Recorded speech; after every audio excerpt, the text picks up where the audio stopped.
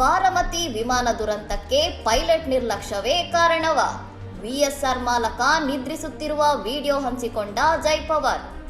ಜನವರಿ 28ರಂದು ನಡೆದ ಲಿಯರ್ ಜೆಟ್ 45 ವಿಮಾನ ಪತನದಲ್ಲಿ ಅಜಿತ್ ಪವಾರ್ ಸೇರಿದಂತೆ 5 ಮೃತಪಟ್ಟಿದ್ದು, ಈ ಘಟನೆಗೆ ವಿಎಸ್ಆರ್ ವೆಂಚರ್ ಸಂಸ್ಥೆಯ ಬೇಜವಾಬ್ದಾರಿತನವೇ ಕಾರಣ ಎಂದು ಜೈ ಪವಾರ್ ಆರೋಪಿಸಿದ್ದಾರೆ. ವಿಮಾನದ ಮುಖ್ಯ ಪೈಲಟ್ ಸೀಟ್ನಲ್ಲಿ ಕುಳಿತು ಸಂಸ್ಥೆಯ ಮಾಲಕ ರೋಹಿತ್ ಸಿಂಗ್ ನಿದ್ರಿಸುತ್ತಿರುವ ದೃಶ್ಯವನ್ನು ಹಂಚಿಕೊಂಡ ಜೈ ಅವರನ್ನು ತಕ್ಷಣ ಬಂಧಿಸುವಂತೆ ಒತ್ತಾಯಿಸಿದ್ದಾರೆ. ವಿಮಾನ ಹಾರಾಟದ ವೇಳೆ ಇಂತಹ ಗಂಭೀರ ನಿರ್ಲಕ್ಷ್ಯ ಸ್ವೀಕಾರಾರ್ಹವಲ್ಲ.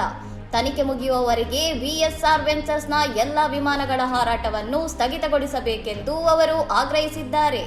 ಅಪಘಾತದ ಕುರಿತು ಬಿಡುಗಡೆಯಾಗಿರುವ ಎಎಐಬಿ ಪ್ರಾಥಮಿಕ ವರದಿಯು ಅಪೂರ್ಣವಾಗಿದೆ ಮತ್ತು ತಮಗೆ ತೀವ್ರ ನಿರಾಶೆ ಮೂಡಿಸಿದೆ ಎಂದು ಮೃತರ ಕುಟುಂಬಸ್ಥರು ಅಸಮಾಧಾನ ವ್ಯಕ್ತಪಡಿಸಿದ್ದಾರೆ.